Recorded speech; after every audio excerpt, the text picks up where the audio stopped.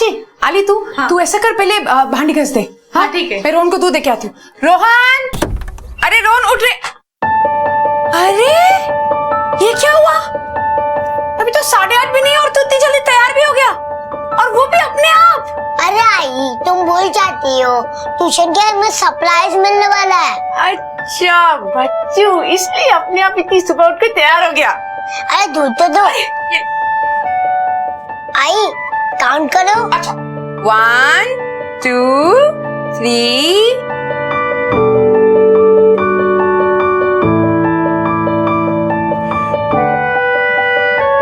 Good boy. ये लो, अब मैंने फिनिश कर दिया, अब मैं जा रहा हूँ।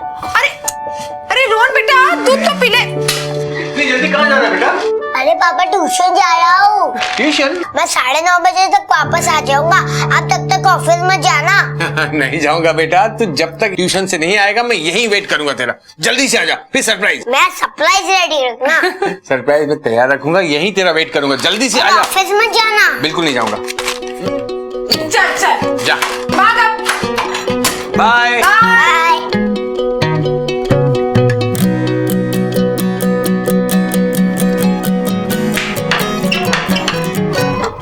Good morning miss. अरे रोहन, आज तुम आधे घंटे पहले आ गए। तुम्हारा ट्यूशन तो 9 बजे होता है ना? आज मैं जल्दी उठ गया और जल्दी रेडी हो गया, इससे जल्दी आ गया। ओके चलो, कम इनसाइड। अच्छा यहाँ बैठ जाना, और कल तुमने जो पढ़ाई किया था ना उसे अच्छे से रिवाइज करना। मैं अभी आती हूँ।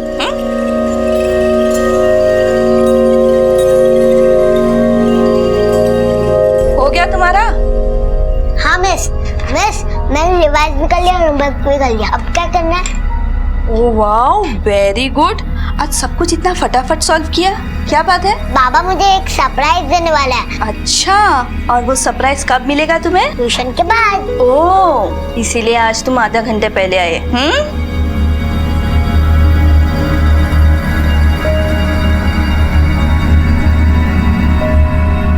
वेरी गुड, आज के लिए तुम्हारा होमवर्क हो गया। अब इसे बैग में रखो। ये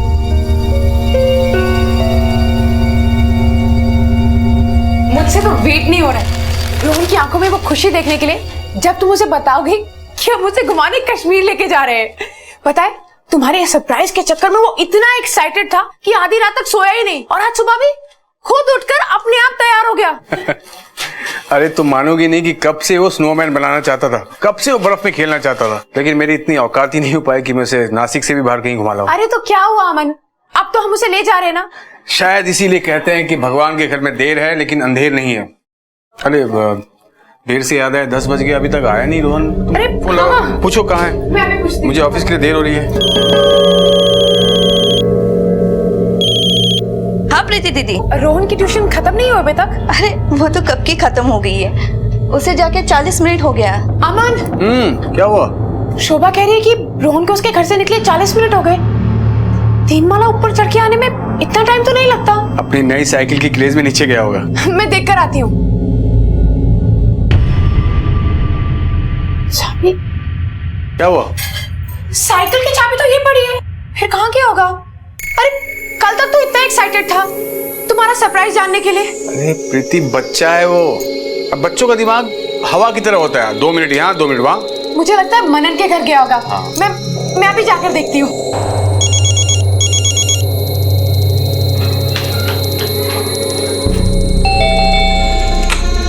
हाय पूजा। हाय। रोहन यहाँ आया था क्या मनन से मिलने?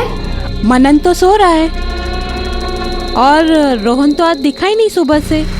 क्यों, क्या हो गया? सब ठीक है ना? हाँ नहीं, एक्चुअली वो ट्यूशन से घर वापस नहीं आया, तो मुझे लगा शायद मनन के पास आया हो। मैं शोभा से जाकर पूछती हूँ। हम लोग वीकेंड में कश्मीर पहुंचेंगे। अच्छा एक बात और, तब तक कुछ वेजिटेरियन रेस्टोरेंट्स के ऑप्शन निकाल के रखना आप लोग। अरे शोभा, अच्छा वो तो मिल गई। तुमने रोहन को कहीं जाते हुए देखा था क्या? मैंने उसे जाते हुए नहीं देखा, वो तो होमवर्क कर रहा था। उसके बाद बैग पैक करने बैठा, और तब तक मैं किचन में चली गई, और जब तक मैं किचन से आई तो वो जा चुका था। अरे वो तो सीधे घर जाने वाला था। मुझे बोल रहा था कि उसे बहुत बड़ा सरप्राइज मिलने वाला है, और बहुत ही एक्साइटेड था। अच्छा ठीक है, मैं नीचे जाकर देखती हूँ। अरे नहीं, हमें कोई एक्स्ट्रा बेड नहीं चाहिए। अरे हमारे साथ ही सोएगा वो। 7 साल का बच्चा है मेरा, बहुत छोटा है। रोहन, वॉचमैन, वॉचमैन, जी मैम साहब। रोहन आया था क्या?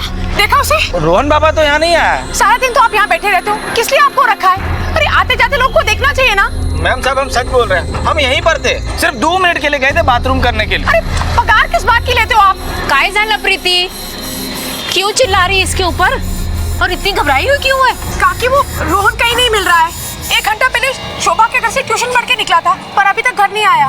और इससे पूछ रही हूँ कि सोसाइटी के बाहर गया है तो बोलता है मुझे नहीं पता, मैंने नहीं देखा। तू घबरा मत, आ जाएगा वो। और ऐसा तो नहीं कि तुम्हें बिना बताए कहीं खेलने चला गया हो? रोहन को खेलने का बहुत शौक है लेकिन मुझे बिना बताए वो कहीं नहीं जाता।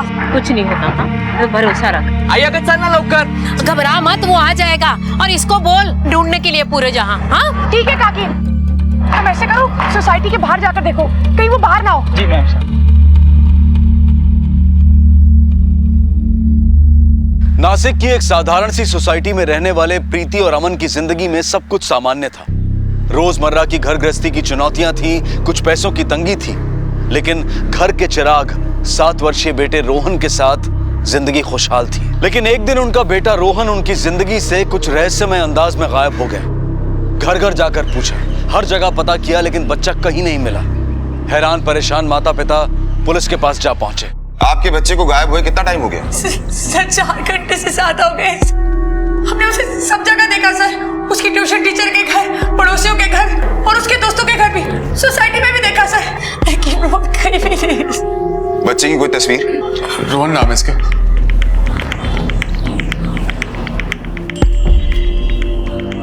अच्छा, ये आप लोगों से किसी बात पे नाराज तो नहीं था, मतलब गुस्सा या कुछ और? जी नहीं, बिल्कुल नहीं, बल्कि वो बहुत खुश था। पापा कंपाउंड में इतनी अच्छी साइकिल खड़ी है कि उसका प्लास्टिक भी नहीं निकला। पापा उसका कलर भी मेरा फेवरेट है। ये तो देखना पड़ेगा किसका है। चलो ना बाबा, आ रहा हूँ बेटा। चलो ना बाबा। अच्छा कहाँ से कि बताओ। चलो। अरे वाह, ये तो वाकई भी बहुत खूबसूरत साइकिल है। किसकी है? पता नहीं बाबा। मुझे भी तो नहीं पता, पता करना पड़ेगा किसको इतनी अच्छी साइकिल मिल गई। शायद मुझे पता है, इसकी चाबी शायद मेरे पास है। रोहन बेटा, मैंने लास्ट ईयर प्रॉमिस किया था ना कि तुम्हें नई साइकिल दिलाऊंगा। जब तुम क्लास में फर्स्ट आए थे उस वक्त नहीं दिला पाया, इसलिए ये तुम्हारी नई cycle. I love you Baba. I love you too बेटा। लो, ए, रोहन की साइकिल, रोहन बैठा है साइकिल पे। और सुनो, तुम्हारे लिए एक और सरप्राइज है। क्या बाबा? चल के देखते हैं। मेरा गिफ्ट, मेरा गिफ्ट, मेरा गिफ्ट, मेरा गिफ्ट। ये देखो। हैरी पॉटर है पापा। हाँ खोल के देखो। अरे खोलो फटा, चलो खोल। हमें खुद खोल के। अरे हैरी पॉटर बाबा, ये तो मेरा फेवरेट है। मुझे पता था। थैंक यू पापा। अरे लव यू बेटा, लेकिन ये तो पिछले बर्थडे का गिफ्ट है। अभी तो न्यू ईयर भी आ गए। तो न्यू ईयर का भी गिफ्ट होना चाहिए ना। हाँ। वो है टीवी के पास। रोहन, मेरा चैंपियन बेटा। देखो पापा क्या लाए रोहन के लिए। अरे वाह, ये थैंक यू पापा। लव यू बेटा। अच्छा सुनो तुम दोनों, इन सब से बड़ा एक सरप्राइज है मेरे पास। क्या है पापा, प्लीज बताओ। आज तो नहीं बताऊंगा, मैं कल सुबह बताऊंगा। नहीं, अब बाबा का सरप्राइज है, आई को कैसे अच्छा, पता? मैं तुम दोनों को कल सुबह ही बताऊंगा। कल सुबह तो मैं ट्यूशन चले जाऊंगा और अब ऑफिस चले जाओगे। जब तक तुम ट्यूशन से नहीं आओगे तब तक मैं कहीं नहीं जाऊंगा, और सरप्राइज मैं कल तुम्हें देकर ही रहूंगा। प्रॉमिस? प्रॉमिस। 2 साल के पेंडिंग गिफ्ट्स आपने एक ही साथ दे दिए। क्या काम करते हैं आप? सर मैं कंस्ट्रक्शन साइट पर सुपरवाइजर। हम लोग मिडिल क्लास फैमिली से हैं सर। एक नौकरी ही है जिससे घर चलता है, ज्यादा कुछ अफोर्ड नहीं कर सकते हैं सर। ज्यादा कुछ अफोर्ड नहीं कर सकते तो फिर इतने सारे तोहफे कैसे दे दिए आपने? मेरी इतनी औकात कहाँ सर कि मैं कुछ गिफ्ट दे पाऊँ अपने बेटे को। आज तक एक बर्थडे गिफ्ट नहीं दे पाया उसको। वो कोल्हापुर में मेरे एक काका रहते थे जो कुछ दिन पहले गुजर गए। उनकी अपनी कोई फैमिली नहीं थी। 20 लाख वो मेरे नाम छोड़ गए। रोहन को आज तक जो खुशियां मैं दे नहीं पाया वो इसी पैसों से भरपाई हो रही थी। बहुत खुश था रोहन, कहाँ चला गया। और कितने लोग हैं जो इन पैसों के बारे में जानते हैं? I mean, कोई ऐसा भी है जिसे आपको ये पैसे मिलना अच्छा ना लगा? हाँ सर, अमन के दूर का एक भाई है, वो हमारे घर आया था सर। वो अपना हिस्सा मांग रहा था सर, झगड़ा कर रहा था अमन से, और उसने ये भी कहा कि अगर हमने उसको उसका हिस्सा नहीं दिया तो अंजाम अच्छा नहीं होगा। कौन है ये भाई, कहाँ रहता है? वो कोल्हापुर में रहता है, चंदन साहब नाम है उसका, पर कुछ दिनों से यही नासिक में है, ऐश्वर्या लॉज में रुका हुआ है शायद। इस चंदन का नंबर है आपके पास? जी सर। आप जिस नंबर पर कॉल करने की कोशिश कर रहे हैं वो फिलहाल बंद है। सर उसका नंबर स्विच ऑफ है। आप चिंता मत कीजिए, आपका बच्चा मिल जाएगा। पाटिल, टीम तैयार करो और साइबर सेल को अलर्ट करो। देखिए, हम आपके घर का फोन टैप करेंगे। अगर आपका बच्चा किडनैप हुआ है तो किडनैपर का फोन पैसे के लिए जरूर आएगा। प्लीज हमारे बच्चे को बचा लीजिए।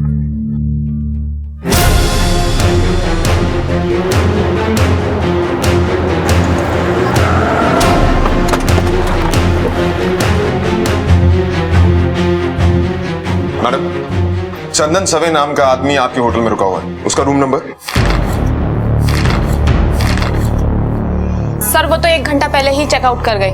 जाने के लिए उसने कोई टैक्सी या ऑटो मंगवाई होगी? हाँ सर, कैलाश उनके लिए टैक्सी लेकर आया था। कैलाश को बुलाइए।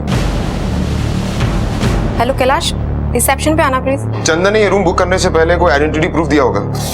ये लीजिए सर, ये है कैलाश। चंदन सवे ने कहां तक के लिए टैक्सी मंगवाई थी? साहब उन्होंने तो बस स्टैंड के लिए बोला था।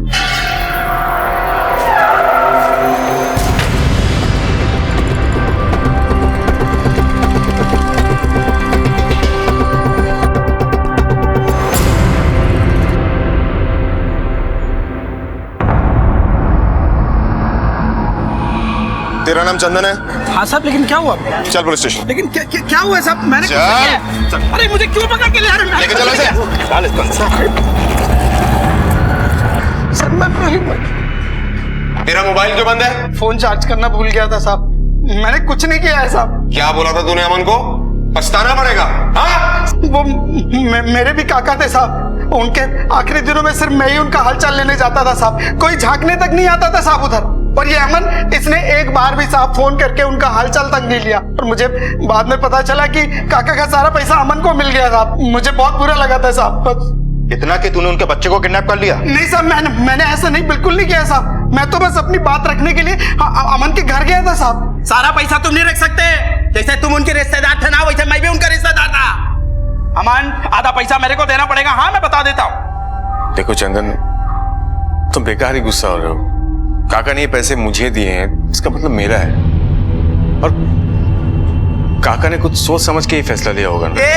इतने सालों तक मैंने ध्यान रखा उनका, समझा? चक्कर लगाता था उनका। और पैसा देने का बारी आया तो तुम्हारा पैसा, तुमको दिया पैसा। ध्यान रखा, चक्कर लगाते थे।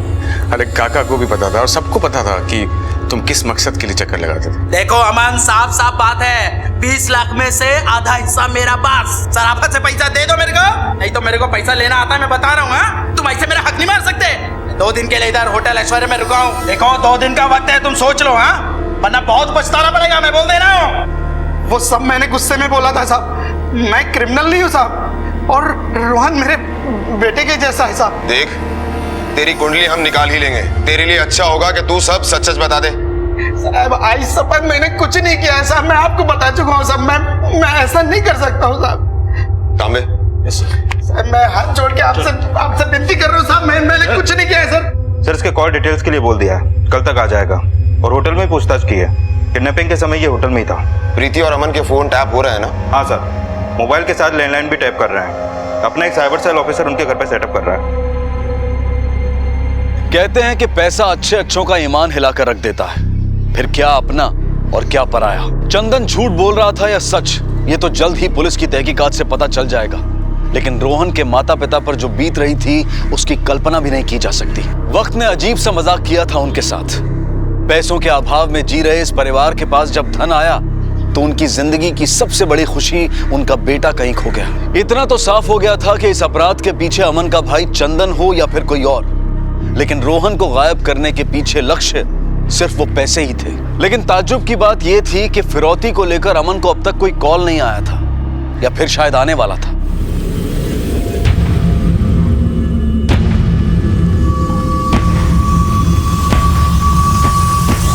देखिए, अगर आपके मोबाइल पर फोन आता है फिर तो कोई प्रॉब्लम नहीं, लेकिन अगर लैंडलाइन पर फोन आता है फिर आपको उसे कम से कम 30 सेकंड तक बातों में उलझाए रखना होगा, ताकि हमारा साइबर सेल उसकी लोकेशन ट्रेस कर सके।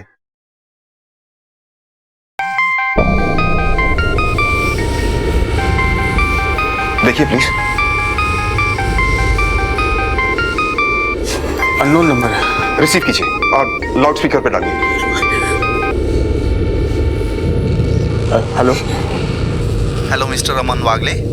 जी बोल रहा हूँ सर, मैं MNS टूर्स एंड ट्रेवल से बोल रहा हूँ। आपका होटल बुक हो गया है, वेजिटेरियन रेस्टोरेंट्स की लिस्ट भी निकाल ली है। और एक बात sir, if you want we can provide a complimentary bed also, बिना किसी एक्स्ट्रा चार्ज की। देखिए, प्रोग्राम में थोड़ा सा चेंज हुआ है। हम इस वीकेंड में नहीं आ रहे, अगले वीकेंड में पक्का आएंगे हम। और हमें कोई एक्स्ट्रा बेड की जरूरत नहीं है, हमारा बेटा हमारे साथ ही सोएगा। Thank you.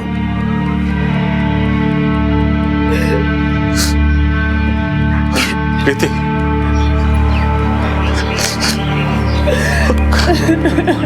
रोहन को कुछ नहीं होगा, वो आ जाएगा। रोहन को वापस ला। कुछ नहीं होगा उसको।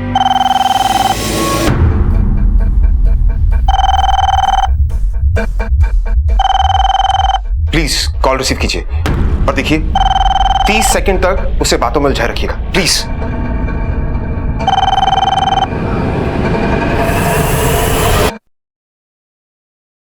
हेलो अमन। हाँ जी, बोल रहा हूँ। बहुत माल आ गया है ना तेरे पास, चल भाई थोड़ा ढीला कर। रोहन तेरे को वापस चाहिए ना? कौन बोल रहे हैं? क्या चाहिए तुम्हें? और रोहन तुम्हारे पास कैसे? कौन बोल रहे हैं? बता रहा हूँ, ध्यान से सुन। ज्यादा नहीं, रोहन को घर छोड़ने का सिर्फ 15 लाख लगेगा, वो भी कैश। कल फोन करके टाइम और लोकेशन बता देता हूँ। और सुन, अगर रोहन चाहिए तो पुलिस को दूर रखना, और डेड बॉडी चाहिए तो अभी जा सकता है। हमें कैसे मालूम कि रोहन तुम्हारे पास है? उसका टेंशन मत ले, तेरे लिए गिफ्ट भेजता हूँ ना। हेलो। सर लोकेशन तो पास का ही है, पंचवटी रोड, PCO का नंबर है। सर ये बहुत बड़ी लीड मिली है, आधे घंटे पहले ही फोन आया है। अब तक तो वो किडनैपर निकल गया होगा, पर PCO वाले से डिस्क्रिप्शन मिल जाएगा।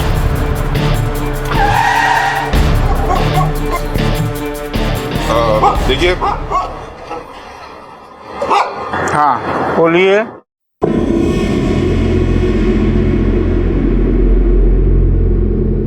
देखिए, हम पुलिस डिपार्टमेंट से हैं, आपसे कुछ इन्फॉर्मेशन चाहिए। पूछिए। 1 घंटा पहले किसी ने यहाँ से फोन किया था, आप उसे जानते हैं? नहीं साहब, वो 1 घंटा बहुत टाइम होता है, उसमें तो बहुत से लोग आके चले गए, और फिर मैं कैसे किसी को पहचान सकता हूँ?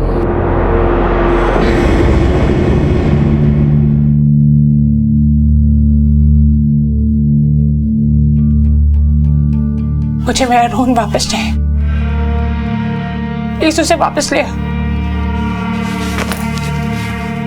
पता नहीं वो कहाँ होगा, कैसा होगा, उसने कुछ खाया भी होगा या नहीं।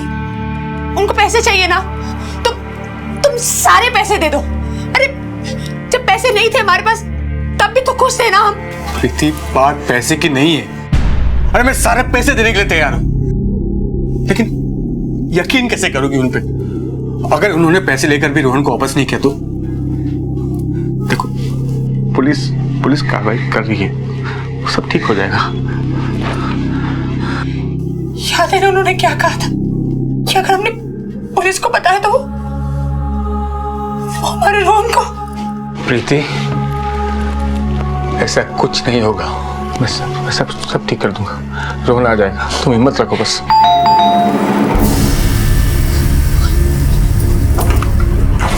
क्या है?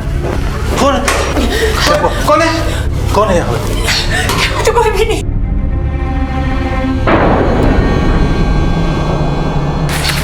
क्या है? किसका है? रोहन का। रोहन की टी-शर्ट है जो उसने कल पहनी थी। ये आगे जाया। बेटा रोहन। रोहन। बेटा। रोहन। बेटा रोहन। रोहन बेटा। ये कौन? एक काम करो, सुनो, तुम गेट की तरफ देखो, मैं टेरेस पे देखता हूँ। ठीक है।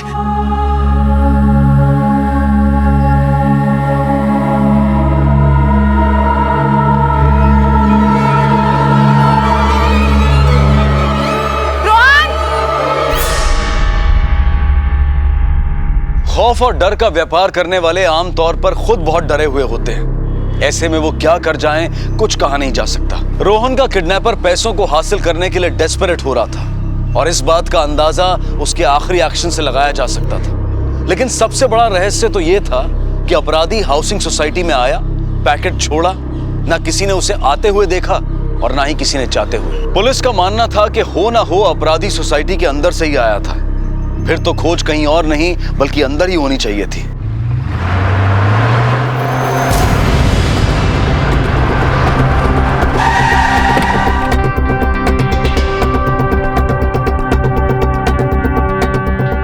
कमाल की बात है सर, इस बिल्डिंग में कोई आता है, एक पैकेट छोड़कर जाता है और 20 सेकंड में गायब भी, और उसे किसी ने देखा भी नहीं। वो हमारे आसपास है, या तो वो इस बिल्डिंग में रहता है या फिर इस बिल्डिंग में काम करता है, जिसे सबने देखा है लेकिन कोई नोटिस नहीं कर पा रहा। वॉचमैन। कौन था वो? क्या नाम था उसका जो ये पैकेट छोड़ कर गया?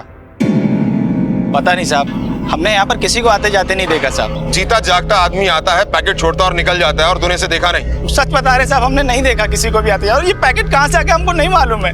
ये ऐसे नहीं मानेगा, डालो इसको अंदर। चल साहब, हम गरीब आदमी हैं साहब, हमने कुछ नहीं किया साहब, छोड़ दीजिए साहब। नौकरानी का क्या नाम है? सर मीनाक्षी।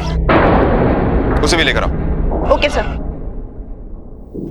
तेरा कहना है तू गेट से हटा नहीं, ना ही कोई बिल्डिंग में आया और ना ही कोई गया, तूने कुछ नहीं देखा। तो वो आदमी कहाँ गया जिसने ये टी शर्ट अमन के घर के बाहर रखी? हाँ, गायब हो गया, हवा के साथ उड़ गया। बोल कहाँ गया? साहब हमको नहीं मालूम वो आदमी कहाँ गया, हम कसम खा के कहते हैं साहब।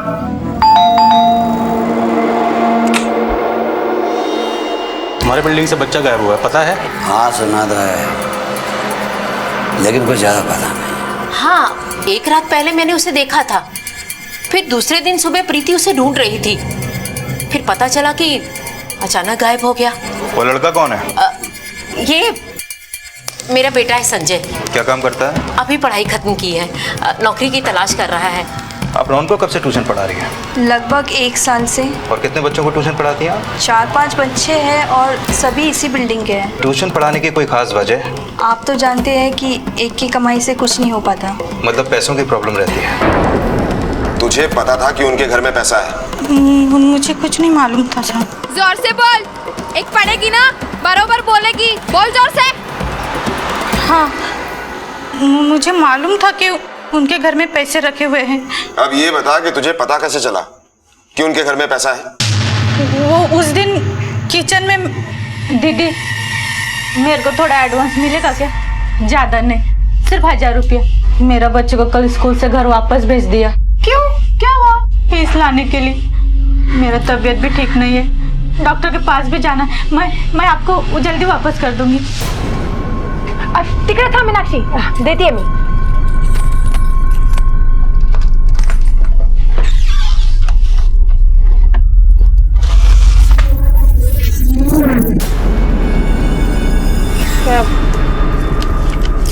ये रख।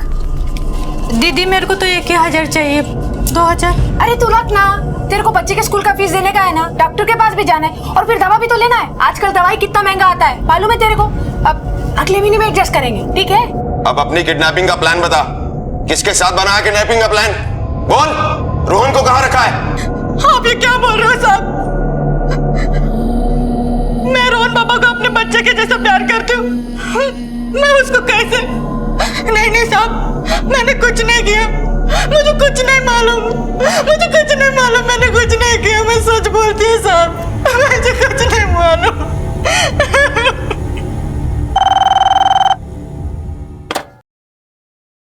हेलो सुन, पैसा कल सुबह 11 बजे कमला मिल कंपाउंड के पास जो कंस्ट्रक्शन वाली बिल्डिंग है ना, वहां छोड़ देना और ज्यादा शाना मत बनना। पुलिस के पास गया ना तो इस बार बच्चे की टी शर्ट नहीं, उसका सर भेजूंगा, समझा क्या? नहीं, मेरे बच्चे को कुछ मत करना प्लीज।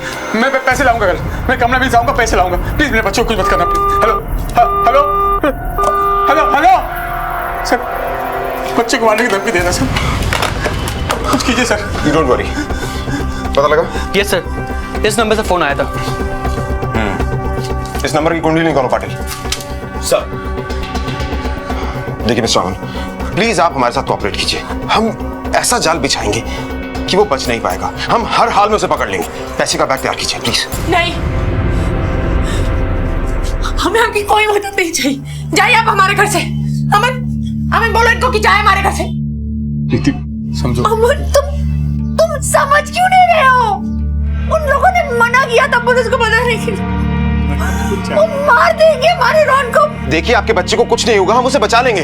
हम सिविल ड्रेस में जाएंगे, बिल्कुल ऐसे। उन्हें पता नहीं लगेगा कि हम पुलिस वाले हैं। मुझे कुछ नहीं सुनना, उनको पैसे चाहिए ना, हम दे देंगे। आप जाइए हमारे घर से बस। सर कुछ कीजिए सर। जैसे मैं। हाँ काबले बोल। ठीक। क्या हुआ सर? आप दोनों को हमारे साथ पुलिस स्टेशन चलना होगा। पुलिस स्टेशन क्यों? चलिए।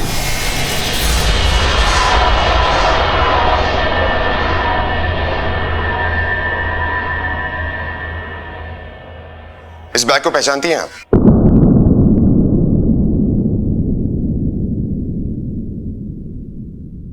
आज सुबह शहर के बाहर गांव के कुछ लोगों को तालाब के किनारे एक सूटकेस मिला। जब उन्होंने उसे खोला तो उसमें बच्चे की डेड बॉडी थी। बैग उसके साथ था।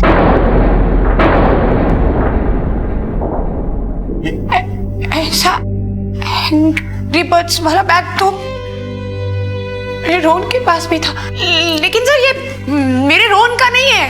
अरे ऐसा बैग बहुत कॉमन है, सब बच्चों के पास होता है। नहीं, अरे नहीं अमन, ये बॉटल भी बहुत कॉमन है सर। मेरे रोहन को कुछ नहीं हुआ सर।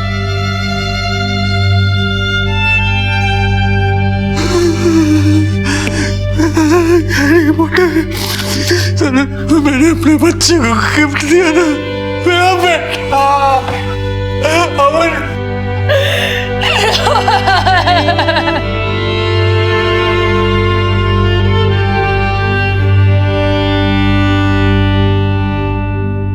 अमन और प्रीति की दुनिया एकाएक अंधेरे में खो गई।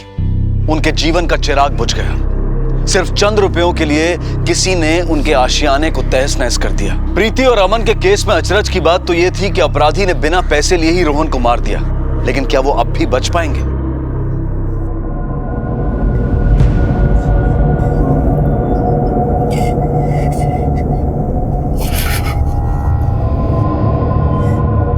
देखिए मैं आप लोगों का दर्द समझ सकता हूं, लेकिन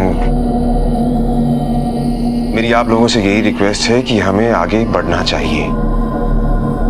देखिए किडनैपर्स को इस बारे में नहीं पता कि पुलिस को रोहन की बॉडी मिल गई है। वो पैसे लेने के लिए जरूर आएंगे और ये एक अच्छा मौका है उन्हें पकड़ने का। प्लीज समझने की कोशिश कीजिए। अब क्या फायदा है सर? इससे क्या हमारा रोहन फंसा जाएगा? हमारी जिंदगी तो खत्म हो गई सर। रोहन वापस नहीं आएगा। मेरा रोहन वापस नहीं आ सकता तो क्या? कम से कम उन गुनहगारों को तो सजा मिलेगी जिसने मेरे बच्चे को इतनी बेरहमी से मार डाला, वो भी चंद पैसों के लिए। नहीं, जैसा मेरे बच्चे के साथ हुआ वो मैं किसी और के साथ नहीं होने दूंगी, कभी नहीं होने दूंगी। हम आपको जाना होगा, जो हमारे रोहन के साथ हुआ वो किसी और बच्चे के साथ नहीं होना चाहिए, कभी नहीं होना चाहिए। तुम जाओ अमन, तुम्हें जाना होगा, तुम्हें जाना चाहिए। हमारे रोहन के साथ हुआ किसी और के साथ नहीं होना।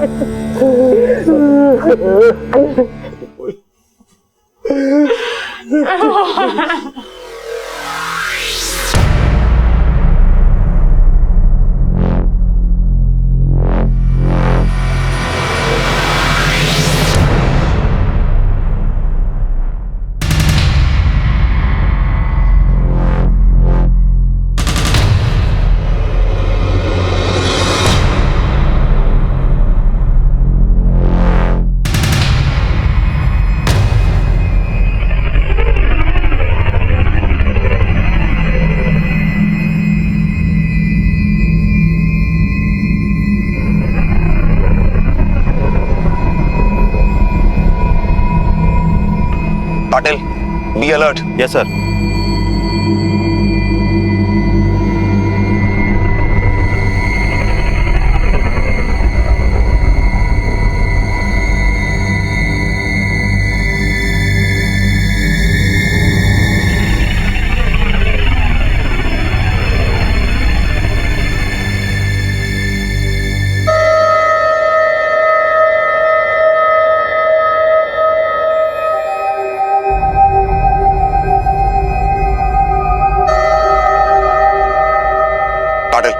मुझे नहीं लगता कि अब वो किडनैपर आएगा।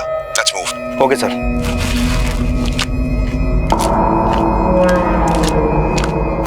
सर लगता है कुछ गड़बड़ है। सामने बैग उठाओ।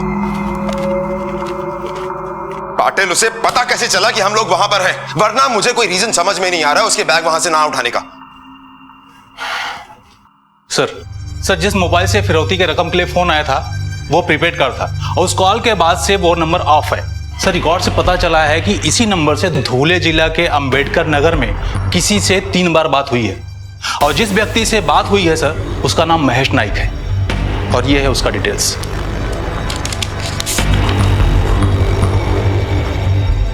हमें भी धूले के लिए निकलना होगा। कौन था ये महेश नायक और कहां था ये महेश नायक? पुलिस के सामने इस वक्त एक सस्पेक्ट था, एक आरोपी था। इस बात के प्रमाण थे कि फिरौती का कॉल उसी के मोबाइल से आया था, लेकिन अब भी इन तथ्यों की कड़ियां जुड़ नहीं रही थी। पुलिस की पिछली तहकीकात का एक पहलू अब भी अनसुलझा रह गया था। प्रीति और अमन के घर के सामने वो पैकेट कोई सोसाइटी के अंदर से ही छोड़कर गया था। तो क्या ये महेश नाम का सस्पेक्ट उस वक्त सोसाइटी में ही मौजूद था? अपराधी और कानून के बीच में अब शायद कुछ ही लम्हों और कुछ ही कदमों का फासला रह गया था।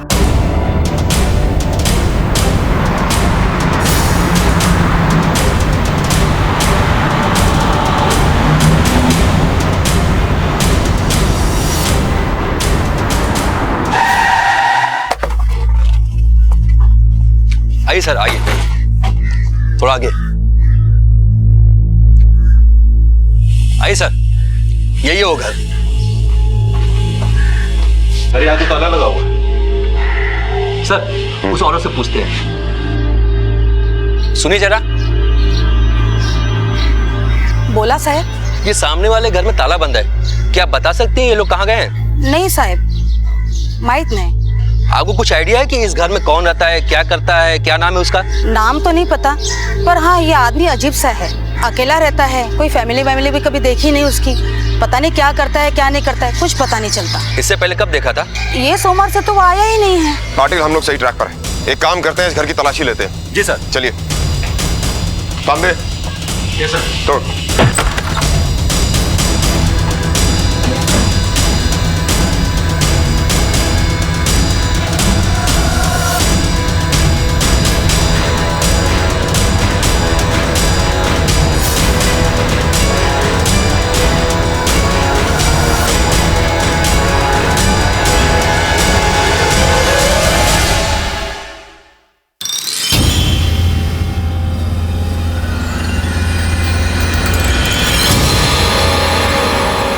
ये आदमी तो पाटिल,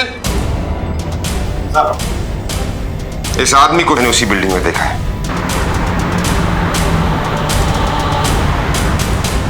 इस तस्वीर को सब लोग ध्यान से देख लो। ये वही आदमी है। बिल्डिंग में जाकर बिल्डिंग के हर फ्लैट, हर आदमी से पूछताछ करो। ये आदमी हमें वही मिलेगा।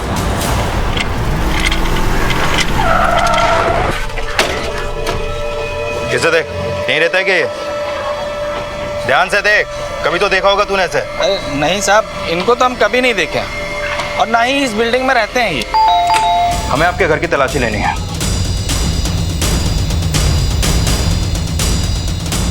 सर कोई नहीं है। इस आदमी को पहले आपने कभी देखा है? इसे जानती हैं? नहीं, मैंने कभी नहीं देखा इसे। मैं नहीं जानती हूँ। Are you sure? हाँ, नहीं देखा इसे कभी। देखिए, हम इस आदमी की तलाश कर रहे हैं, इसलिए इस बिल्डिंग के सारे फ्लैट चेक कर रहे हैं।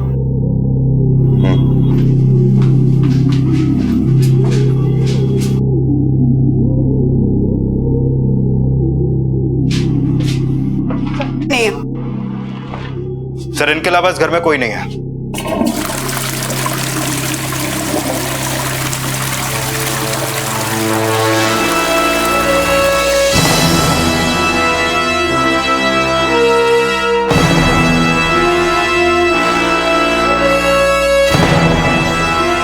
पकड़ो इसे। अरे सर पढ़ने क्या लगा? चल इधर। सर मेरी सर मेरी बात तो। तू उसे देखा नहीं कभी, जानती नहीं। इसे भी लेके चलो। चलो। सर एक एक पैसे के लिए मुशक्कत करनी पड़ी। संजय बहुत छोटा था जब इसका बाप हमें छोड़कर चला गया। मैंने अकेली ने इसे पढ़ाया लिखाया पाल पोस के बड़ा किया। सोचा कि ये कुछ बन जाएगा तो मेरी जिंदगी संवर जाएगी, पर नहीं। संजय भी अपने बाप की तरह निकम्मा निकला। हर वक्त घर में सोते रहना, कोई काम ना करना। मैं सोचती थी कि कब ये कुछ बनेगा, कब कुछ करेगा, कब मेरे दिन संवरेंगे। फिर हमें ये पता चला 4 महीने हो गए, अभी तक पगार नहीं मिली। कहा ना तुझे, तेरा अगला पिछले महीने का ना सब हिसाब चुकता कर दूंगी। बस नहीं दिया ना तो मैं भी बोल देती हूँ, मैं आपका काम छोड़ दूंगी। एक आप हो और एक वो प्रीति दीदी, हर महीने के पहली तारीख में मेरे हाथ में पगार रखती है। मैंने उनको एक बार 1000 रुपया मांगा तो उन्होंने मुझे 2000 दिया, वो भी एडवांस। ये रख। दीदी मेरे को तो 1000 चाहिए। 2000? अरे तू रख ना, उनके पास बहुत पैसा होगा, हमारे पास नहीं है। जितना ज्यादा पैसा है ना उनके पास, उतना बड़ा दिल भी है उनका। उनके पास इतना पैसा कहाँ से आएगा? उनके कोई काका 20 लाख रुपए छोड़ गए हैं। इतने सालों तक मैंने ध्यान रखा उनका, समझा? देखो अमन, साफ साफ बात है, 20 लाख में से आधा हिस्सा मेरा पास। बता दो मैंने किया। मैंने मारा रोहन को। मुझे पता था रोहन 9 बजे ट्यूशन में जाता है, इसलिए मैं उसका इंतजार कर रहा था पहले से। और जैसे वो आया मैंने उसे। हे रोहन, इधर आ, तेरे को कुछ दिखाना है। नहीं, मुझे बाबा के पास जाना, मुझे देर हो रही है। पापा ने मेरे लिए सरप्राइज रखा है। वही तो तुझे दिखाना है, तेरे पापा भी यहीं पे। चल आजा आजा, जल्दी आजा।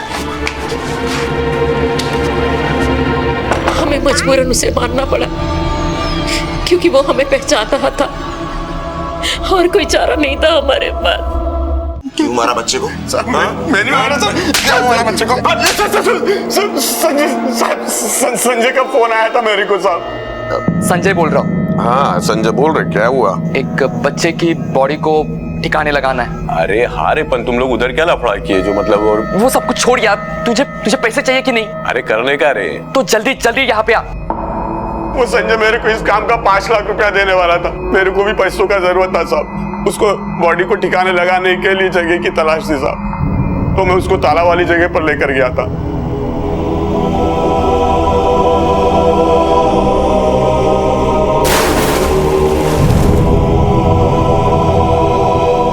तुझे तो पता लग ही गया होगा कि बिल्डिंग में पुलिस आती जाती है, तो फिर तूने अमन को फोन करके ये क्यों कहा कि पुलिस को इन्फॉर्म मत करना? ताकि आपको शक ना हो कि हम इसी बिल्डिंग से बोल रहे हैं। तो फिर पैसा उठाने के लिए क्यों नहीं आया? संजय इधर आ। वो देख,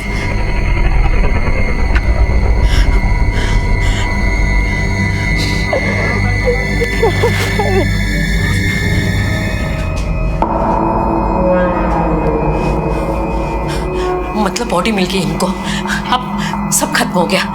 कोई पैसा वैसा नहीं मिलेगा, सब भूल जा। पैसा तो दूर की बात है, अब फांसी के फंदे के बारे में सोच जिसमें तू लटकने वाला है।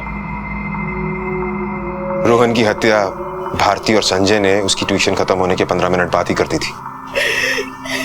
उसकी बॉडी को बैग में डाला, टैक्सी में लेकर गए और तालाब में फेंक दिया।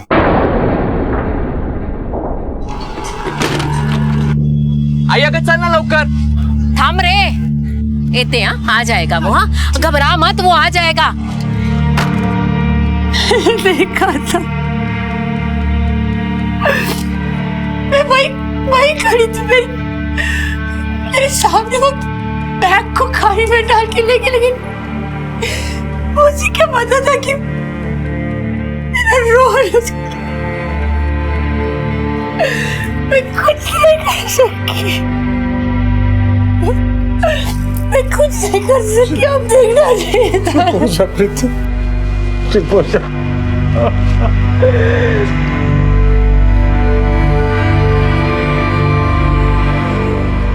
किसी की जलन और विकृत मानसिकता ने प्रीति और अमन का संसार उजाड़ दिया। किस्मत ने अमन को अपने बच्चे की ख्वाहिशें पूरी करने का मौका दिया था, लेकिन किसी के लालच ने उससे वो मौका भी छीन लिया। महेश भारती और संजय पर आईपीसी की धारा 302 के तहत हत्या के लिए, धारा 361 के तहत अपहरण के लिए और धारा 120B के तहत सबूत मिटाने के लिए मुकदमा चल रहा है। अब मैं अनूप सोनी आपसे विदा लेता हूं। फिर मुलाकात होगी अगले एपिसोड में एक और चौंका देने वाले केस के साथ। तब तक अपना और अपने परिवार का ख्याल रखें और देखते रहें क्राइम पेट्रोल डायल 100। सबक एक को, सीख हम सबको। जय हिंद।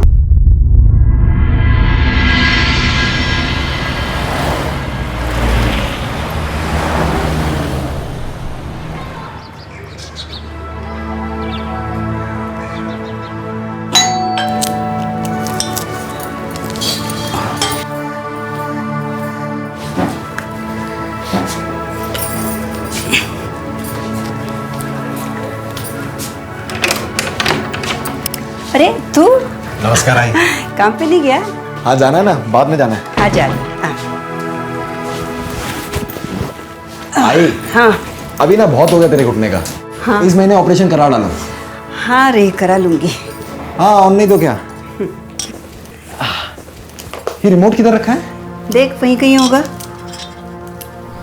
मिला? हाँ मिला। ए आई मस्त कड़क चाय पीने का मन हो रहा है। तो बना ना 2 कप इलायची डाल के। वो बनाता हूँ, बैठो। बिना चीनी वाली है?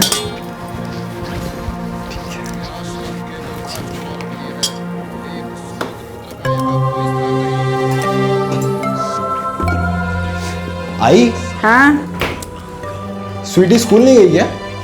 अरे नहीं, उसका बुखार नहीं उतरा अब तक। क्या हुआ? मैं ऐसा पानी पी रहा था और पूरा पानी मेरे ऊपर आई। अभी हंसो मत, मेरे को ठंड लग रही है कुछ पहनने के लिए। तो जा ना बेडरूम में जा और अलमारी में दिनेश के कुछ कपड़े हैं, पहन ले।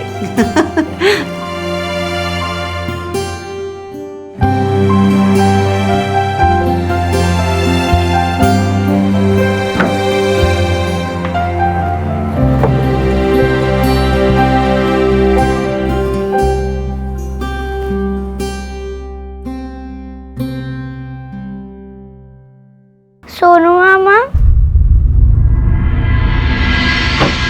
आप यहाँ क्या कर रहे हो? ये तो पापा की टी शर्ट है ना? स्वीटी बेटा तुम सो जाओ। उठी क्यों? हाँ ओहो अभी बुखार है। सुनो मैं तुम्हारे लिए खीर बना रहा हूँ अभी, ठीक है? गुड गर्ल, सो जाओ।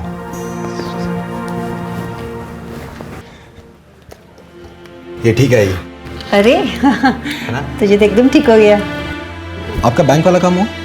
अरे कहाँ, वो चल ही रहा है बस। कहते हैं अभी आधार कार्ड का फोटो ठीक नहीं है। जाने क्या क्या, ये सरकारी काम कोई आसान होते हैं? पीछे लगो तब जाके कहीं होता है। जाने दो, क्या बिगड़ता है, आधार कार्ड नहीं है।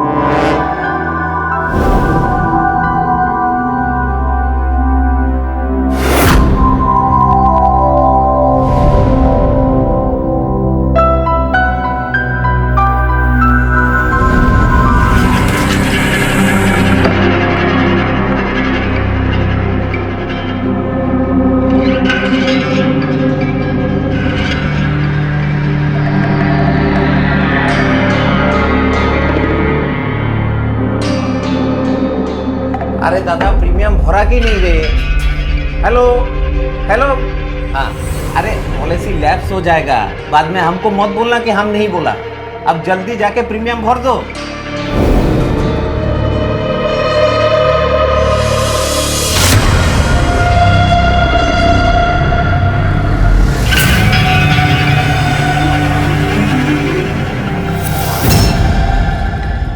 शहरों में जितनी तेजी से लोग बढ़ रहे हैं उतनी ही तेजी से लोगों के बीच की दूरियां बढ़ रही हैं।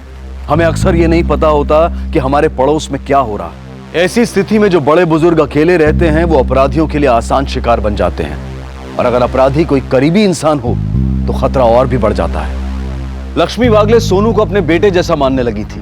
बड़ी आसानी से उन्होंने सोनू पर इतना भरोसा कर लिया था कि वो सोनू को घर की हर छोटी बड़ी बात बताने लगी। लेकिन इस तरह के अंधविश्वास का अंजाम कभी कभी जानलेवा साबित हो सकता है।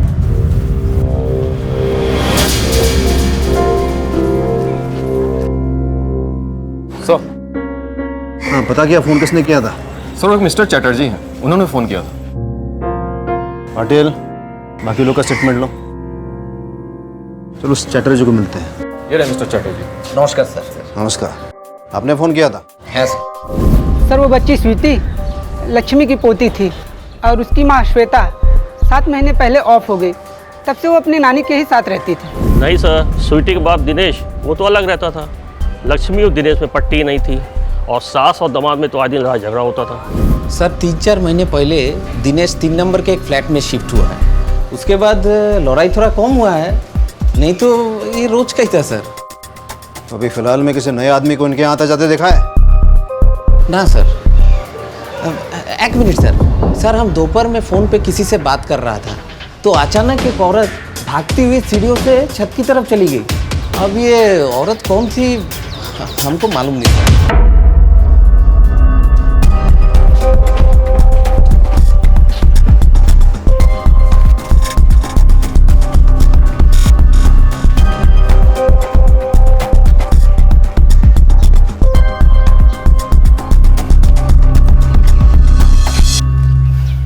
सावंत, एक चीज नोटिस की तुमने?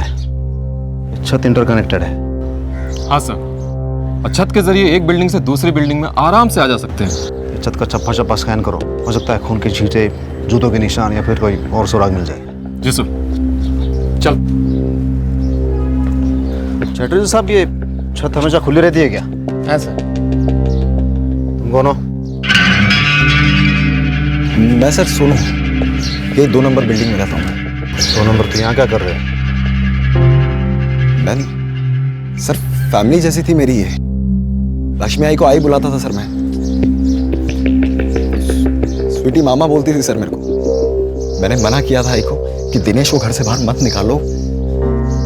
किस बात पे लड़ाई होती थी दोनों की? किस बात पे क्या सर? दिनेश का चक्कर चल रहा था सर, सलोनी के साथ। सलोनी कौन है? मेरे को लगा आपको मालूम होगा सर। सलोनी बार डांसर है सर, यही बाइकोला में रहती है। दिनेश शादी करना चाहता था इसके साथ, लेकिन आई सख्त खिलाफ थी कि शादी नहीं होगी। आखिरी बार कब देखा था उसे? यही 1-2 दिन पहले सर। आज नहीं तो कल तो मरेगी ना। ये प्रॉपर्टी पैसा किसका? मेरा।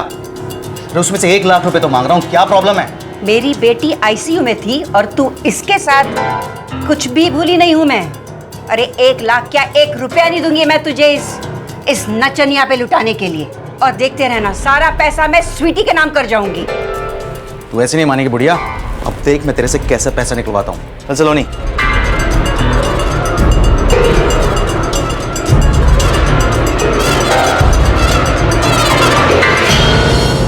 पता नहीं सर दिनेश को क्या मिला, सब लोगों को मारकर। सावंत, उस दिनेश और सलोनी को उठा लो, देखते हैं क्या निकलता है। उनके सर के पीछे किसी भारी भरकम चीज से चोट की गई थी। इतनी बुरी तरह की खोपड़ी फट गई। उसके बाद पेट में 7 बार चाकू से वार किया। फिर उस मासूम बच्ची का गला काटकर उसे भी मार दिया। अपराधी ना ताला तोड़ के घुसा, ना ही कोई हाथापाई का निशान है। मतलब कि जो भी लक्ष्मी जी के घर में घुसा वो उनके जान पहचान का ही था। तुम्हारे पास तो उनको मारने का पक्का मोटिव भी था। जितनी नफरत तुम अपनी सास। क्या कह रहे हैं सर? सास को छोड़िए, मैं अपनी बेटी को मार दूं? क्यों? दिनेश की सास और उसकी बेटी, उन दोनों को रहते हुए तुम दोनों शादी नहीं कर सकते थे और तुम दोनों को लक्ष्मी की प्रॉपर्टी भी चाहिए थी। इसलिए दिनेश ने उन दोनों को हमेशा हमेशा के लिए रास्ते से हटा दिया। नहीं सर, दिनेश वैसा आदमी नहीं है सर। वो तो स्वीटी से बहुत प्यार करता था। इतने साल के सर्विस में मैं एक बात सीख गया हूं कि लड़की और लालच, इन दोनों के चक्कर में इंसान वो काम कर जाता है जिसे करने से पहले शैतान भी 2 बार सोचे। तो फिर क्या तुमने मारा स्वीटी को? नहीं नहीं सर, मैं कैसे मार सकती हूँ स्वीटी को? वो तो मेरी बेटी जैसी थी सर, और स्वीटी भी मुझे बहुत लाइक करती थी। आई शपथ सर, मैंने नहीं मारा उसे। उस दिन तुम काम पे नहीं गए थे तो कहाँ थे तुम? उस दिन मैं सलोनी के साथ उसके घर पे था सर। अच्छा, तुम तो इधर थी ना, लक्ष्मी जी के घर पे। उनके पड़ोसी ने तुम्हें छत पे जाते हुए देखा था जब तुम मर्डर करके वहां से भाग रही थी। नहीं सर, झूठ है ये। मैं तो अपने घर पे थी उस टाइम। आप चेक कर सकते हैं सर। इस बार ऐसे चाल खेली है ना मैंने, देखना पुलिस झक मार के इन दोनों के पीछे ही जाएगी। ये क्या बाबा आदम के जमाने का डिजाइन है, मुझे नहीं पसंद। हाँ तो तुम्हारे लिए है ही नहीं, पसंद कैसे आएगा? मतलब फिर किसके लिए ये? मोहम्मद अली रोड पर एक दुकान है, तुम ये सारा सामान वहां पर लेके जाना और बेच आना। ये सब? हाँ, ये सब अपन बेचेंगे तो पकड़े नहीं जाएंगे क्या? समझदार तो तुम हो। समझदार बहुत हूँ मैं, अजीब चीजें करता हूँ। हटो, अपने आप को ज्यादा स्मार्ट समझते हो क्या? ये लो शर्ट पहनो।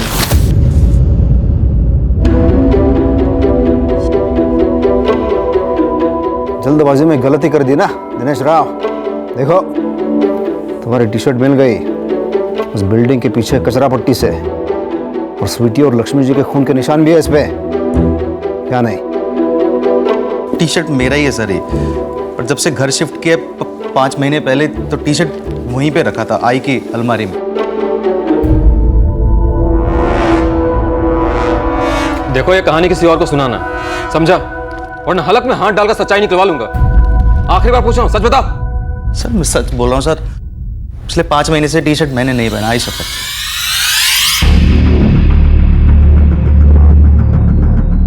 कॉल रिकॉर्ड की सबसे वारदात के वक्त सलोनी का फोन बाइकला में था, और उसी वक्त इस मोबाइल से फोन भी किए गए थे सर।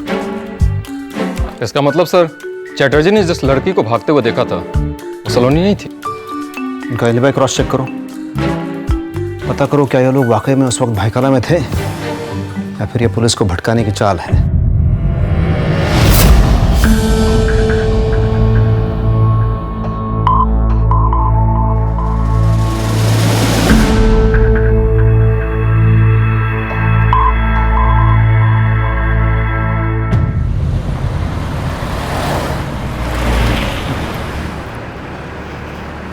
सर, टी शर्ट पर डेट 5 महीने पहले की है। बिल्डिंग के बाजू वाले धोबी से पूछा तो उसने बताया कि उसी का लिखा हुआ है। दिनेश ने भी कहा कि पिछले 5 महीनों से उसने यह टी शर्ट नहीं पहनी क्योंकि लक्ष्मी जी की अलमारी में थी। सर दोनों के बयान मैच कर रहे हैं। ये भी तो हो सकता है सावंत कि पिछले 5 महीनों में दिनेश कभी भी लक्ष्मी के यहाँ जाके अपनी टी शर्ट ले गया हो, या फिर उसने खुद ने यह खून नहीं किए बल्कि किसी और से करवाए हैं। तो अब सर और रगड़ना है उनको? नहीं, वो दिनेश और सलोनी को छोड़ दो। अभी तक हमारे हाथ ऐसे सबूत नहीं लगे हैं जिसके बिना पर हम उन्हें यहाँ रोक सके, लेकिन जल्दी ये लगने वाले हैं। मैंने ऐसी चाल चली है कि पुलिस झक मरा के भी उनके पीछे जाएगी। थोड़े डींगे मार रहे थे ना, छोड़ क्या दोनों। अब दूसरा इंतजाम करेंगे। सोनू का दिमाग देखा नहीं है। पता नहीं क्या दिखाओगे तुम। मेरी तो डर के मारे जान ही सूखी जा रही है। एकदम कसम से कह रही हूँ मैं, बहुत डर लग रहा मुझे। एक के बाद एक गलती किए जा रहे हो तुम। एक गलती को छिपाने के लिए दूसरी, और दूसरी को छिपाने के लिए तीसरी। कोई गलती नहीं किया मैंने, और मैंने जो भी किया है ना हम दोनों के लिए किया। अगर अपन फंसे डूबे तो एक साथ डूबेंगे। सोनू एक खतरनाक रास्ते पर निकल चुका था, कानून से आंख में चोली खेल रहा था। शक के दायरे में और भी लोग थे, लेकिन उनका भी मोटिव साबित नहीं हुआ था। इसलिए सूझबूझ दिखाते हुए पहले पुलिस ने इस केस के दूसरे पहलुओं की जांच की और फिर उल्टी तरह से सोचना शुरू किया। अब वो चोरी किए गए माल को ट्रैक करते हुए मुजरिम तक पहुंचना चाहते थे। कुछ अपराधी ऐसे होते हैं जिनके लिए नशा सा बन जाता है, पर अपराधी चाहे कितना भी शातिर क्यों ना हो, वो ये भूल जाता है कि जुर्म की जिंदगी छोटी होती है और उसका अंजाम दर्दनाक। अब देखना यह था कि घबराहट में सोनू क्या कोई ऐसा कदम उठाएगा जिससे पुलिस को उस पर शक हो जाएगा, या फिर वो पुलिस को चकमा देने के लिए कोई दूसरी तरकीब निकाल लेगा। सावंत सर, हमें पता करना है लक्ष्मी की प्रॉपर्टी असल में थी कितने की। देखो कोई बैंक डॉक्यूमेंट या फिर पासबुक मिला तो। जी सर। चल तुम इकडे बघा।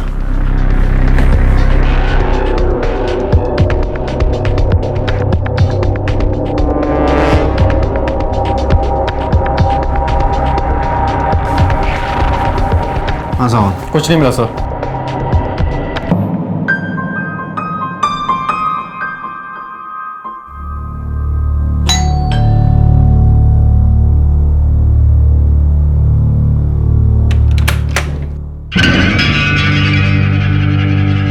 अरे सर आप लोग यहाँ पर, कुछ पता चला आप लोगों को कि किसने किया? हाँ चल जाएगा पता। यार तुमसे एक हेल्प चाहिए थी। हाँ तुम तो लक्ष्मी जी के काफी करीब थे ना, फिर तो तुम्हें पता होगा उनका अकाउंट कौन से बैंक में था। सर मैं करीब ज़रूर था, लेकिन ये बैंक अकाउंट की बातें ये सब ये घर वालों को ज़्यादा पता होती हैं। अब था तो मैं पड़ोसी। दिनेश को ज़रूर पता होगा अगर आप उससे पूछेंगे तो। दिनेश होता है यहाँ पर तो आपको पता चल जाता, लेकिन है नहीं वो यहाँ पर। अच्छा कहाँ गया वो, कुछ पता है?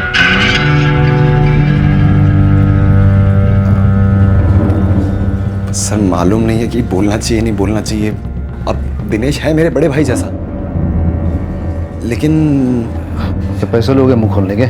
नहीं सर ऐसा कुछ नहीं है। बस बात इतनी सी है कि दिनेश जिस हिसाब से रात को यहाँ से चोरी चुप के निकला था, काफी डाउटफुल लग रहा था वो। आप कौन है?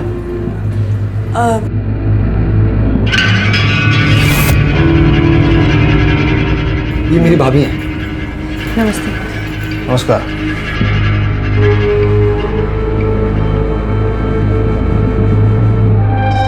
यार सोनू काफी महंगा शौक है तुम्हारे यहाँ।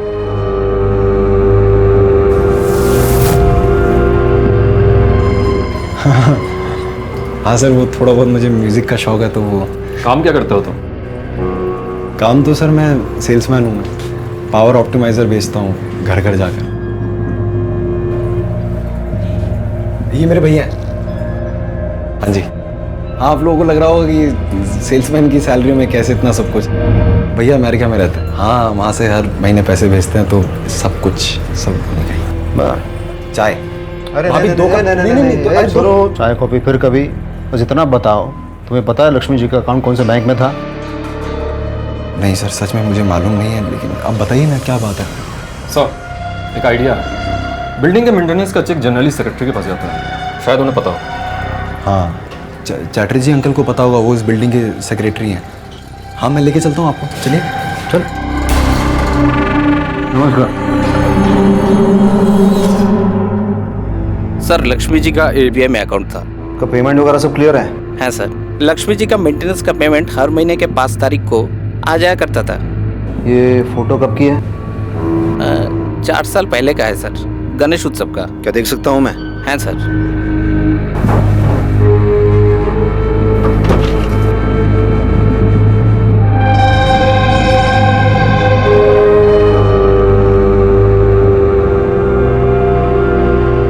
देख रहे हो सावंत, कितने सारे गहने पहने हैं। हाँ सर, जितना हमें इनके घर से बरामद हुआ उससे कम 5 गुना ज्यादा। इस फोटो को हम रख रहे हैं। ठीक है सर। अच्छा बैंक मैनेजर से बात करो और पूरा डिटेल निकालो। धन्यवाद। और हाँ, इस फोटो को एनलार्ज करो आप। जितने भी गहने लक्ष्मी जी ने पहने हैं उनके डिजाइन का प्रिंट आउट निकालो और सारे सुनार और ज्वेलरी शॉप वालों को दिखाओ जो हमारे लिस्ट में है।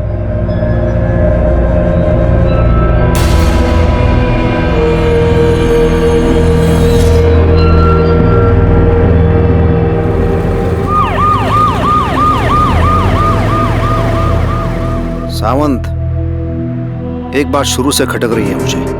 ये दिनेश हमेशा अपने सास से झगड़ता था पैसे को लेकर, और सोनू ने भी बताया कि दिनेश और सलोनी लक्ष्मी से लड़ाई करते थे गहने और पैसों को लेकर। तो तुम्हें क्या लगता है दिनेश, मतलब सास तो फिर भी एक बार ठीक है, अपनी खुद की बेटी का खून करेगा?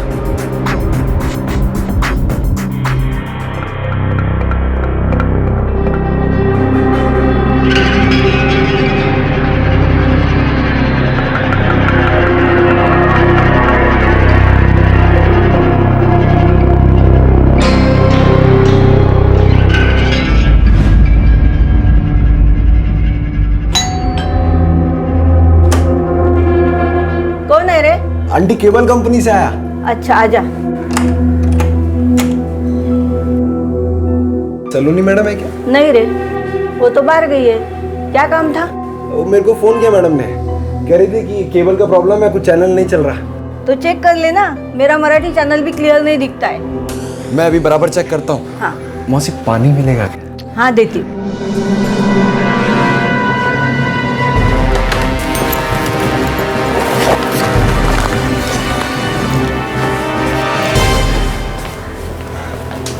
ये क्या प्रॉब्लम था बेटा? वो पीछे का प्लग ढीला हो गया था। अच्छा। अभी मराठी चैनल पे चलेगा। अच्छा। अभी आप फोन करना कुछ प्रॉब्लम हो तो। हाँ हाँ। नमस्कार। सुनो हाँ प्लीज ऐसे कहीं चलते हैं ना। तुमने कहा ना कि पुलिस को उस गहनों का डिजाइन मिल गया है। सुनो, पुलिस को तुम पे शक हो गया तो? किसी के बाप से नहीं डरता मैं। तुम देख लेना, पुलिस मुझे टच तक नहीं कर पाएगी। हाँ, ये मुंबई में नहीं रह सकते कहने, ना इन्हें यहाँ पर बेच सकते, ये एक प्रॉब्लम है। तो सुनो सुनो, जब तक मामला ठंडा होता है तब तक प्लीज रुक जाओ ना, प्लीज। 2.5 लाख का कर्जा है मेरे सर के ऊपर, कौन चुकाएगा? तू टेंशन मत ले, मैं हूं ना, मैंने बात कर ली है। मैं कानपुर जाऊंगा, ये सब गहने लेकर मैं कानपुर जाऊंगा, वहां बेच दूंगा और आ जाऊंगा वापस, बस। और तब तक पुलिस गेट पे आ गई तो क्या बोलूंगी मैं पुलिस को? तुम्हें कुछ बोलने की जरूरत नहीं पड़ेगी, मैं खुद उन्हें कह के जाऊंगा कि मैं कानपुर जा रहा हूं। तुम्हें पता है ये जो तुम्हारा दिमाग है ना, इसी के पीछे पागल हूं मैं। अच्छा, तुम देखना, पागल होगी पुलिस। सर सर मुझे 1 हफ्ते के लिए कानपुर जाना था। वो क्या है कि मेरे घर वालों ने मेरी सगाई पक्की कर दिया सर। अरे वाह, मुबारक हो। Thank you sir, thank you. ये मेरा कानपुर का एड्रेस है और ये कानपुर का नंबर है, मेरा फ़ोन नंबर। तो आपको जैसे भी ज़रूरत हो आप मुझे फ़ोन कर लेना सर। बस इतना ही है कि स्वीटी और आई को इंसाफ मिलना चाहिए सर। अरे तुम इसकी चिंता मत करो, अपना तो रिकॉर्ड है, ना ही किसी मुजरिम को कभी छोड़ा है और न ही किसी बेकसूर को सजा दिलाई है। और जिसने ही तेरी आई और स्वीटी को मारा है ना, वो नहीं बचेगा। हाँ सर, थैंक यू।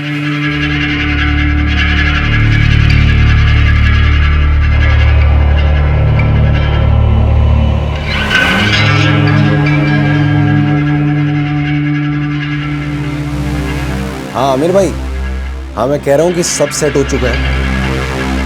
हाँ मैं आज शाम की ट्रेन से आ रहा हूँ। हाँ खुदा हाफिज़। क्योंकि सोनू हमेशा पुलिस से 2 कदम आगे चल रहा था, इसलिए पुलिस के पास उसके खिलाफ कोई सबूत नहीं था जिसकी बिना पर वो उसे जाने से रोक पाते। सोनू जानता था कि किसी भी मुजरिम के जुर्म का पहला सबूत उसका डर होता है, इसलिए उसने डंके की चोट पर पुलिस स्टेशन में जाकर अपनी सारी जानकारी दे दी ताकि उस पर किसी भी तरह का शक न जाए। लेकिन वो ये भूल गया था कि जुर्म अपने निशान पीछे छोड़ ही जाता है और उसका यही ओवर कॉन्फिडेंस उसे पकड़वा सकता था। सोनू अपनी आगे की प्लानिंग में लग गया। पुलिस की तफ्तीश भी जोरों पर थी। यह एक ऐसा पेचीदा केस था जिसमें हत्या और चोरी दोनों हुई थी, लेकिन पुलिस के हाथ अब तक कोई पुख्ता सबूत नहीं लगा था। सर, मेरी बैंक मैनेजर से बात हुई। उन्होंने बताया कि 3 दिन पहले लक्ष्मी ने अपना पूरा अकाउंट खाली कर दिया। टोटल 8 लाख कैश और 50 तोले सोना, सब कुछ निकाल लिया। ये उसका पर्सनल अकाउंट है? सर, ये उनकी बेटी श्वेता का अकाउंट है, जिसका नॉमिनी श्वेता का हस्बैंड दिनेश था। फिर कुछ 7 महीने पहले श्वेता ने दिनेश को हटा के अपनी मां लक्ष्मी को नॉमिनी बना दिया। श्वेता की डेथ के बाद से लक्ष्मी इस अकाउंट को हैंडल करती है। मुझे लगता है सावंत, श्वेता को दिनेश और सलोनी के अफेयर के बारे में पता चल गया होगा। जी सर, श्वेता बीमार थी और उसे इस बात का डर था कि उसके जाने के बाद स्वीटी का क्या होगा, इसलिए उसने दिनेश को हटा के अपनी मां को नॉमिनी बना दिया। और इस बात पे दिनेश लक्ष्मी से भिड़ गया और उसने उसे धमकी दी, तो लक्ष्मी डर गई, तो उसने फैसला किया कि वो अपना बैंक ही बदल देगी। और इस बात की भनक दिनेश को भी लग गई। तो सारी थियरीज दिनेश की तरफ ही इशारा कर रही हैं। सिर्फ एक पक्के सबूत की जरूरत है, कत्ल का वो हथियार या फिर चोरी का माल। दिनेश को उठाते हैं फिर से। सर आप लोग क्या अरे हुआ वाह, सर? चलो अच्छा है तुम यहाँ आओ। घर की तलाशी लेनी है। क्यों सर, अब क्या हुआ? और सर बट हुआ क्या है?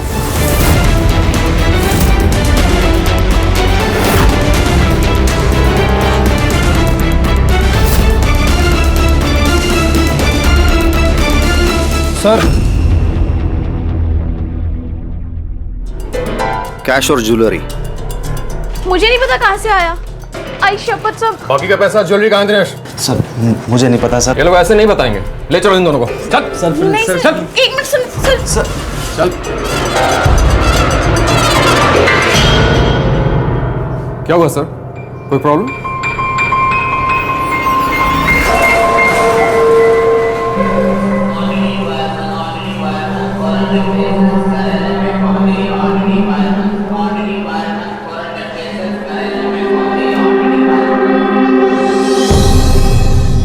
सर हमने कुछ नहीं किया, हमें कोई फंसाने की कोशिश कर रहा है सर। और सारे सबूत और गवाह तुम दोनों के खिलाफ हैं। तो अगर तुम बचना चाहते हो तो ये बताओ कौन तुम्हें फंसा सकता है? पता नहीं सर, मैंने किसी का क्या बिगाड़ा है सर। अच्छा तुम्हें पता था तुम्हारी सास अपना बैंक बदलने वाली थी? नहीं सर, वो मुझे कुछ नहीं बताती थी। आई को मुझ पे एक पैसे का भी ट्रस्ट नहीं था। जरूरत पड़ने पे कभी उन्होंने मेरी हेल्प नहीं की, लेकिन बाहर वालों की हमेशा वो हेल्प करती थी। बाहर वाले? हाँ सर, सोनू, वो 2 नंबर की बिल्डिंग वाला। आई ने खुद उसको 5-6 बार पैसे उधार दिए हैं, वो भी 10-20 हज़ार करके। लेकिन वो सोनू क्यों पैसे उधार मांगने लगा? उसका भाई तो अमेरिका से पैसे भेजता है ना उसके लिए। भाई का कोई आइडिया नहीं है सर, लेकिन इतना पता है कि वो बिल्डिंग में हर दूसरे आदमी से उधार लिया करता था। आई को उस पर बहुत ट्रस्ट था। सावन, मुझे सोनू की पूरी हिस्ट्री और ज्योग्राफी चाहिए। सर चोरी हुए गहनों में से एक डिजाइन को आइडेंटिफाई किया गया है। मोहम्मद अली रोड के एक सुनार को ये बेचा गया था। साहब 4 दिन पहले एक औरत आई थी ये गहने बेचने के लिए। मुझे 1% डाउट हुआ पर मैंने कुछ नहीं बोला। डाउट किस बात का? साहब एंटिक मराठी जाड़े गौत्री स्टफ के गहने अगर एक बुर्का पहने औरत बेचने के लिए आती है तो डाउट तो होगा ना सर। घर में सीसीटीवी कैमरा नहीं है क्या? नहीं साहब, छोटी दुकान है, कैमरा नहीं है। अरे पब्लिक की सेफ्टी के लिए रूल्स बनाए हैं। साहब गलती हो गई, माफ कर दीजिए। कल तक अगर यहाँ पे सीसीटीवी कैमरा नहीं लगा ना तो तुम्हारा लाइसेंस कैंसिल करवा दूंगा। तो पंचनामा करके ये सब गहने जब्त करो। सर, कानपुर वाले मिश्रा जी का फोन आया था। सोनू ने जो नंबर और एड्रेस हमें दिया है वो सही है। मुझे लगा ही था। अरे तो फिर से आ गया? सुधर जा। वो मिश्रा से को उस पर नजर रखे। और बाकी कुछ डिटेल पता चला? सर सोनू को ऑफिस से कॉल शीट्स मिले हैं। वारदात वाले दिन यानी कि 4 तारीख को वो शाम तक कांदीवली में ही था। सर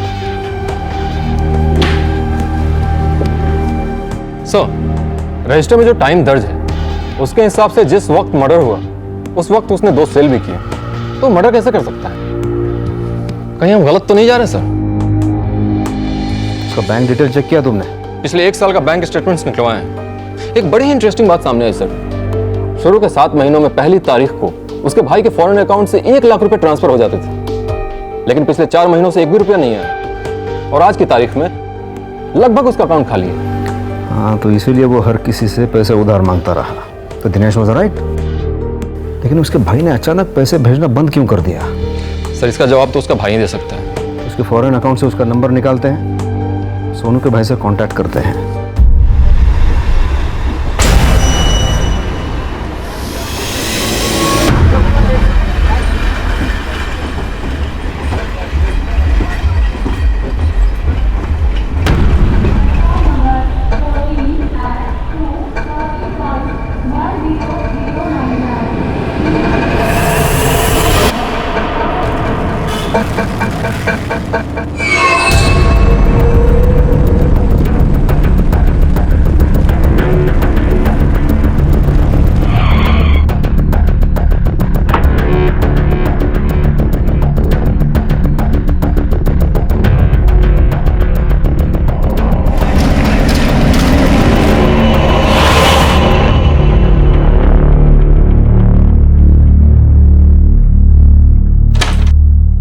प्रणाम।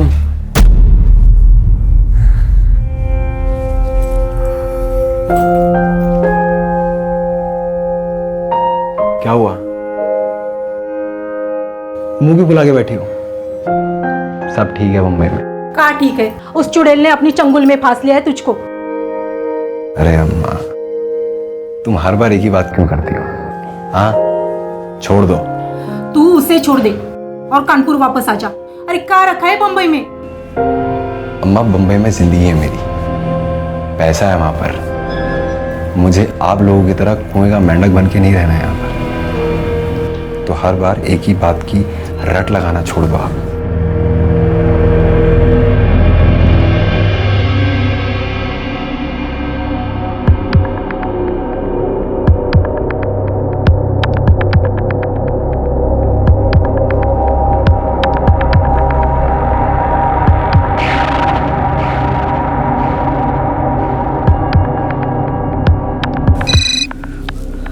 हेलो। हाँ आमिर भाई, सोनू बोल रहा हूँ। माल चेक किया क्या? हाँ भाई, चेक कर लिया, पूरे 12 लाख का है। कानपुर में मेरे भैया भाभी का एक अकाउंट है जिसको आज तक अपन ने इस्तेमाल नहीं किया, तो आप एक काम करना, उसी में पैसा डलवा दो। ठीक है भाई, हो जाएगा, बस बैंक का डिटेल मुझे मैसेज कर दो। करता हूँ मैं, ठीक है।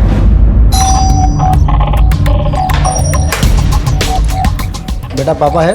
हाँ एक मिनट पापा। मिस्टर भोसले जी, क्या आपने इस महीने की 4 तारीख को पावर हाउस कंपनी का ऑप्टिमाइजर खरीदा था? 4 तारीख को? हाँ हाँ, क्यों? इसी सेल्समैन से खरीदा था। चेहरा तो याद नहीं है मुझे, लेकिन वो सेल्समैन की दाढ़ी थी, इतना याद है मुझे। हेलो। हाँ शीतल, सगाई की डेट्स फिक्स हो चुकी हैं परसों, और सब कुछ ठीक रहा ना तो मैं तरसों तक मुंबई आ जाऊंगा मैं। अच्छा ठीक है, अपना ख्याल रखना। एक नंबर का शातिर खिलाड़ी है सो। उसने भाप लिया होगा कि शीतल का फोन टैप हो रहा है, इसलिए कोड वर्ड में उसने अपना मैसेज पास कर दिया। मैसेज? सगाई, सगाई, इसी में कोई क्लू छुपा है सावंत। सर, आपने एक चीज नोटिस की? शीतल की आवाज कांप रही थी। मेरे ख्याल से वो इस वक्त काफी टेंशन में है। जब मिट्टी गीली हो तो खुदाई करना आसान हो जाता है। आप लोग? सर, सोनू घर पे नहीं है। सर मैडम, इसे पहचानती हो? मोहम्मद अली रोड के जिस दुकान पे तुम इसे बेचने गई थी, उसके सीसीटीवी फुटेज में हमने देखा है तुम्हें। सर, हो ही नहीं सकता, उस दुकान पे कोई सीसीटीवी कैमरा।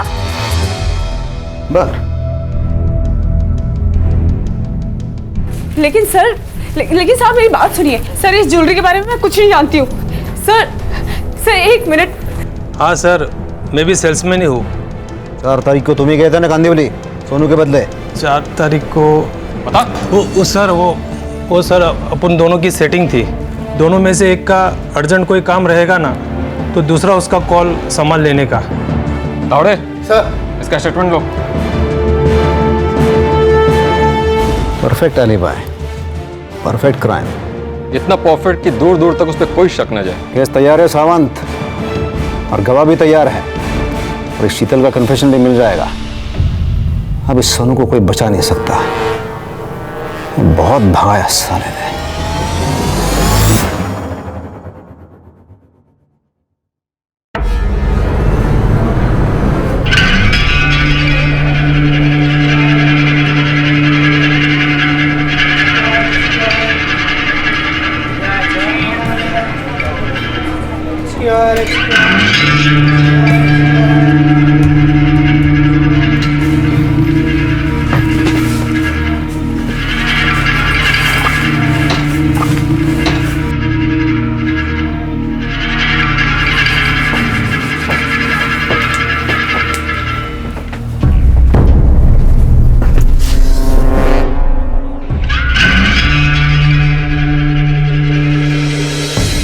अरे आप लोग यहाँ पर से? हाँ, तेरी सगाई में आए हैं।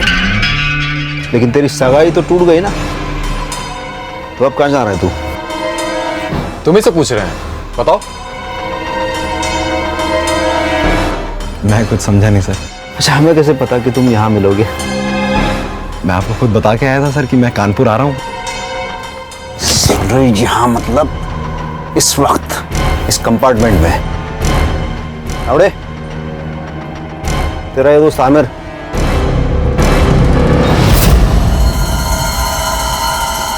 इसलिए तेरा टिकट बढ़वाया ना, ये भी अपने साथ मुंबई आ रहा है।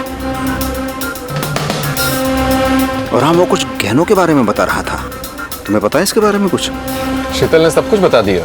कैसे तुमने लक्ष्मी और स्वीटी का खून किया, फिर कैसे तुमने सारे गहने और पैसे चुरा लिए, और फिर कैसे बड़ी चालाकी से शक की सुई दिनेश और सलोनी की तरफ ले आए, सब कुछ। शीतल? हाँ, तेरी शीतल भाभी। अरे रे रे रे रे, तेरा भाई जो है ना अमेरिका में, उससे भी बात की हमने। अपनी भाभी के साथ सो रहा था वो, मैंने खुद उसे पकड़ा। सर मैंने कुछ नहीं किया। मैंने मना किया था उससे सर, वो मेरी सुने तब ना। सर मर्डर वाले दिन से लेकर अभी तक मैं बस उसको बचाता आ रहा हूँ और कुछ भी नहीं है। पर अब नहीं, उस औरत ने सर मेरी जिंदगी बर्बाद कर दिया सर। अच्छा, उसने? किसने? मेरी भाभी सर। मैं मुंबई नया आया था सर, मुझे कुछ नहीं पता था। इस औरत ने भड़काया मुझे, मेरे अपने सगे भाई के खिलाफ मेरे को भड़काया सर। मैंने गलती की है सर, लेकिन मैं किसी का खून नहीं कर सकता सर। मैं कैसे छोटी सी बच्ची को मार सकता हूँ सर? मैं कैसे सर? अच्छा, मतलब तेरा कहना है कि शीतल ने ये खून किए हैं? मैं तो कांदीवली में था ना सर। अरे हाँ, मैं आया तो मैंने देखा। लेकिन तेरा वो दोस्त शाहिद, वो तो कुछ और ही कह रहा है। वो कह रहा है कि उस दिन वो तेरे नाम से मिस्टर भोसले को कांदिवली में ऑप्टिमाइजर बेच रहा था। तो इसका मतलब तू लक्ष्मी और स्वीटी का बेरहमी में से कत्ल कर रहा था। मिश्रा जी, बहुत बहुत शुक्रिया मदद के लिए। Thank you. हाँ, तो तू अब कंटिन्यू कर। मुंबई तक का लंबा सफर तय करना है, तो बहुत टाइम है अपने पास। कर शुरू। भैया ने पैसे भेजने बंदी कर दिए, और जिस तरह का मेरा रहन सहन था, खर्चे थे, पैसे कम पड़ने लगे। शीतल का खर्चा अलग। मुझे ये बात पता थी कि लक्ष्मी आई के पास काफ़ी ज्वेलरी है। मुझे ये भी पता था कि उन्हें इस बात का डर लगा रहता है कि किसी दिन उनका दामाद दिनेश उनके सारे पैसे हड़प लेगा। इसीलिए मैंने उन्हें आइडिया दिया कि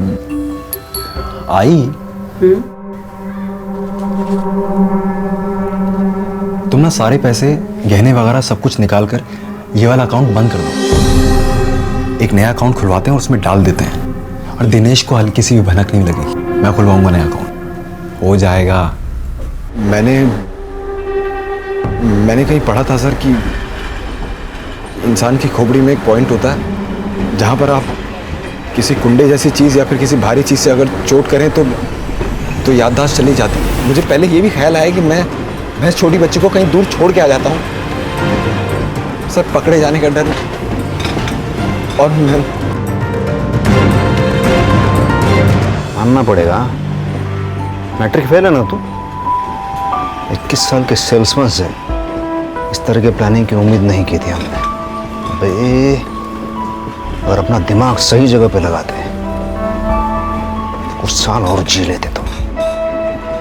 सोनू जैसे शातिर दिमाग वाले मुजरिम पुलिस से रोज नहीं टकराते, लेकिन मुजरिम चाहे कितना भी चालाक क्यों ना हो, कहीं ना कहीं गलती जरूर कर बैठता है, और फिर उसकी बनाई हुई फर्जी कहानी ताश के पत्तों के महल की तरह एक फूंक में ढह जाती है, क्योंकि कोई भी जुर्म परफेक्ट नहीं होता।